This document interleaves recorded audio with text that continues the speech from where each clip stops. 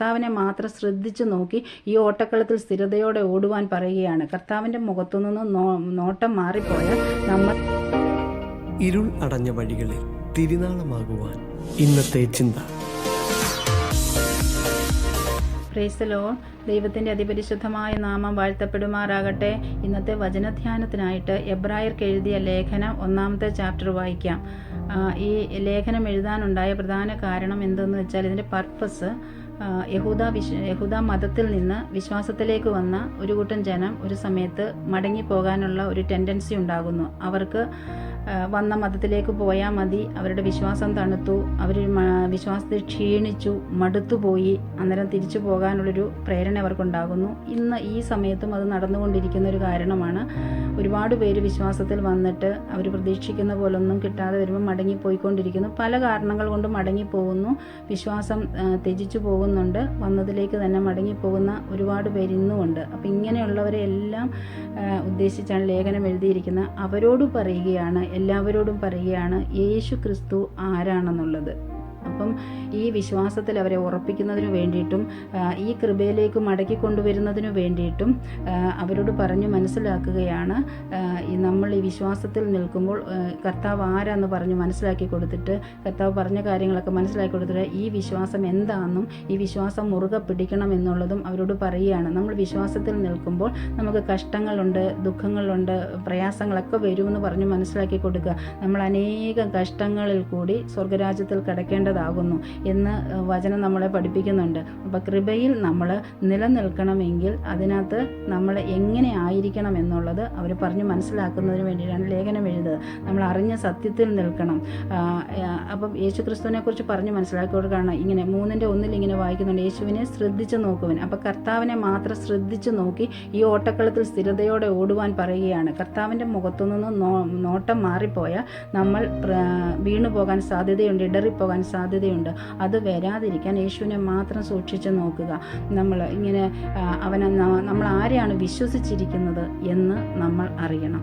പിന്നെ കർത്താവ് നമ്മളോട് പറഞ്ഞിട്ടുണ്ട്, ഞാൻ നിന്നെ ഒരു നാളും ഉപേക്ഷിക്കത്തുമില്ല, കൈവിടത്തുമില്ല എന്ന്. അങ്ങനെയെല്ലാം പറഞ്ഞ് മനസ്സിലാക്കുകയാണ്. നമ്മുടെ വിശ്വാസത്തിൻ്റെ നായകനും പൂർത്തി വരുത്തുന്നതിനുമായ യേശു ക്രിസ്തുവിനെ മാത്രം നോക്കി ഈ ഓട്ടക്കളത്തിൽ സ്ഥിരതയോടെ ഓടുവാൻ പറഞ്ഞു മനസ്സിലാക്കി കൊടുക്കുകയാണ് ഇവർക്ക്. അങ്ങനെ യേശു ക്രിസ്തുവിനെ കുറിച്ചുള്ള സവിശേഷതകൾ, യേശു ക്രിസ്തു ആരാണ് എന്ന് വ്യക്തമായി പഠിപ്പിക്കുകയാണ് ഈ ലേഖനങ്ങളിലൂടെ 13 അധ്യായങ്ങളിലൂടെ കാണാൻ പറ്റുന്നത്. ഇവിടെ പറയുകയാണ് യേശു ക്രിസ്തു ആരിലും ഉന്നതൻ, എല്ലാവരെക്കാളും ശ്രേഷ്ഠൻ, എല്ലാ നാമത്തിലും മേലായ നാമം, കർത്താവ് ഇന്നലെയും ഇന്നും എന്നും അനന്യനായ ദൈവം എന്നെല്ലാം പറഞ്ഞ് മനസ്സിലാക്കി കൊടുക്കുന്നു. കർത്താവിൻ്റെ സവിശേഷതകൾ, ഇവിടെ പല സവിശേഷതകൾ എഴുതിയിട്ടുണ്ട്, അവർക്ക് പറഞ്ഞ് മനസ്സിലാക്കി കൊടുക്കുന്നു. പ്രവാചകന്മാരെക്കാട്ടിലും ശ്രേഷ്ഠനാണ്, ദൈവദൂതന്മാരെക്കാൾ ശ്രേഷ്ഠനാണ്, അഹരോനേക്കാൾ ശ്രേഷ്ഠനാണ്, മോശയേക്കാൾ ശ്രേഷ്ഠനാണ് എന്നെല്ലാം പറഞ്ഞ് മനസ്സിലാക്കുന്നു. അതിനു വേണ്ടിയിട്ട് അവർക്ക് ഈ ലേഖനത്തിലൂടെ അവർക്ക് കുറച്ച് സങ്കീർത്തനങ്ങളിൽ കൂടി കുറേ ഉദ്ധരണികൾ പറഞ്ഞ് മനസ്സിലാക്കുന്നുണ്ട്. കാരണം യഹൂദന്മാർക്ക് തിരുവെഴുത്തുകൾ നന്നായിട്ട് അറിയാവുന്നത് കൊണ്ട് സങ്കീർത്തനം നിന്നെല്ലാം അവരെ പറഞ്ഞ് മനസ്സിലാക്കുകയാണ് ചെയ്യുന്നത്. പിന്നീട് ഈ ദൂതന്മാർക്ക്, അവരുടെ ജീവിതത്തിൽ ദൂതന്മാർക്ക് വലിയ പ്രാധാന്യമുണ്ട്. പഴയ നിയമത്തിലൊക്കെ ദൂതന്മാർ ചെയ്ത കാര്യങ്ങളൊക്കെ അവർ മുൾപ്പടർപ്പിൽ യഹോവയുടെ ദൂതൻ പ്രത്യക്ഷപ്പെട്ടു, ഇസ്രായേൽ സൈന്യത്തിൻ്റെ മുമ്പായി നടന്ന ദൈവദൂതൻ, ഇങ്ങനെയൊക്കെ ഒരുപാട് കാര്യങ്ങൾ അവർ വായിച്ചിട്ടുണ്ട്. അപ്പോൾ ദൂതൻ കുറിച്ചും പറഞ്ഞ് മനസ്സിലാക്കുകയാണ്. ദൂതനല്ല, ദൂതനെക്കാട്ടിലും ശ്രേഷ്ഠനാണ് യേശു ക്രിസ്തു എന്ന് പറഞ്ഞ് മനസ്സിലാക്കുകയാണ്. യേശു ക്രിസ്തുവാണ് മഹിമയുടെ വലതുഭാഗത്തിരിക്കുന്നത് എന്നും ഒരിക്കലും ഒരു ദൂതൻ ഇരിക്കാൻ പറ്റത്തില്ലെന്നും ദൂതൻ നമ്മൾ സേവകാത്മാക്കൾ മാത്രമാണെന്നും നമ്മളെ സേവിക്കാനായിട്ടാണ് ദൂതൻ എന്നെ അയച്ചിരിക്കുന്നത് എന്നെല്ലാം പറഞ്ഞ് മനസ്സിലാക്കുകയാണ്. നമ്മുടെ കല്ലിൽ തട്ടിപ്പോകാതിരിക്കേണ്ടതിന് അവ തന്നെ കൈകൾ വഹിച്ചോളും എന്ന് 91 സങ്കീർത്തനത്തിൽ വായിക്കുന്നുണ്ട്. ഇങ്ങനെല്ലാം നമുക്ക് വേണ്ടി അങ്ങനെ ചെയ്യാൻ, അങ്ങനെ ഒരു സേവനം ചെയ്യാനാണ് ഈ ദൂതനെ ആക്കി വെച്ചിരിക്കുന്നത്. യഹോവയുടെ ദൂതൻ അവൻ്റെ ദൂതന്മാരുടെ ചുറ്റും പാളയം ഇറങ്ങി അവരെ വിടുവിക്കുന്നു. അപ്പം ഇതും 34 സങ്കീർത്തനത്തിൽ എഴുതി വെച്ചിരിക്കുന്നു. ഇങ്ങനെയൊക്കെ ഇതിനൊക്കെ വേണ്ടിയിട്ടാണ് ദൂതനുള്ളത് എന്നും പറഞ്ഞ് അവർക്ക് മനസ്സിലാക്കി കൊടുക്കുകയാണ് ചെയ്യുന്നത്.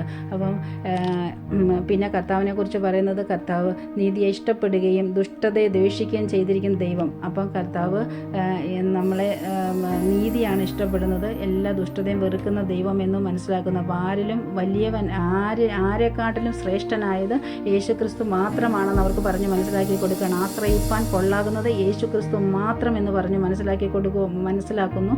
മടുത്തു പോകാൻ ഇങ്ങനെ മടങ്ങി പോകാനും മടുത്തു പോകാനും ഒക്കെ ചിന്തിക്കുന്നവരോടുകൂടി പറയാണ്, ആഗ്രഹിക്കുന്നവരോട് പറയാണ്, നമ്മൾക്ക് ഫുള്ളായിട്ട് യേശു ക്രിസ്തുവിൽ നമ്മുടെ കോൺഫിഡൻസ് വയ്ക്കാം, നമുക്ക് ഫുള്ളായിട്ട് ആശ്രയിക്കാം. കർത്താവിനെ മാത്രം ആശ്രയിച്ച് ജീവിതത്തെ നമുക്ക് ധൈര്യമായി മുമ്പോട്ട് നേരിട്ട് പോകാം. കർത്താവാണെങ്കിൽ കർത്താവിൻ്റെ നാമം കൊണ്ടും സ്ഥാനം കൊണ്ടും പ്രകൃതം കൊണ്ടും കർത്താവാണ് ഏറ്റവും ഉന്നതൻ.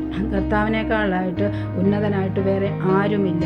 അതുകൊണ്ട് ഈ കർത്താവിനെ തന്നെ നോക്കിക്കൊണ്ട് കർത്താവ് ആരിൽ ശ്രേഷ്ഠനെന്ന് മനസ്സിലാക്കിക്കൊണ്ട് ഈ വിശ്വാസത്തിൽ നല്ല പോർ പൊരുതുക, വിശ്വാസം കാക്കാൻ, ഓട്ടം തേക്കാൻ നമുക്ക് സാധിക്കണം. കർത്താവിൻ്റെ മുഖത്തൊന്ന് കണ്ണെടുക്കാതെ നമ്മൾ ഈ ലോകത്തിൽ നമുക്ക് കഷ്ടങ്ങളുണ്ടെന്ന് ഒക്കെ പറഞ്ഞിട്ടുണ്ട്.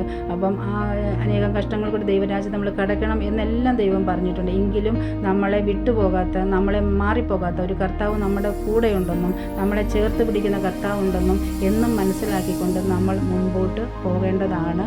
കർത്താവ് നമ്മളെ ഒരിക്കലും കൈവിടത്തുമില്ല, ഉപേക്ഷിക്കത്തുമില്ല. കർത്താവ് എന്നും നമ്മളെ സ്നേഹിക്കുന്ന ദൈവമാണ്. അതുകൊണ്ട് ഈ വിശ്വാസത്തിൽ കർത്താവിനോടുകൂടെ ചേർന്ന് നടക്കാം. അങ്ങനെ കർത്താവിനോടുകൂടി ചേർന്ന് നടന്ന് നമുക്ക് നിത്യതയിലെത്താം. ആ നിത്യത നഷ്ടപ്പെട്ടു പോകാതെ ഓരോ നിമിഷവും കർത്താവിനോട് ചേർന്ന് കർത്താവിൻ്റെ കൽപ്പനകളെല്ലാം പ്രമാണിച്ച് നടക്കുവാൻ ദൈവം നമ്മളെ അനുഗ്രഹിക്കട്ടെ എന്ന് പ്രാർത്ഥിക്കുന്നു. ഈ വചനങ്ങളാൽ ദൈവം നമ്മളെ എല്ലാവരെയും അനുഗ്രഹിക്കട്ടെ. സ്തോത്രം. ആമേൻ. ഹല്ലേലൂയ.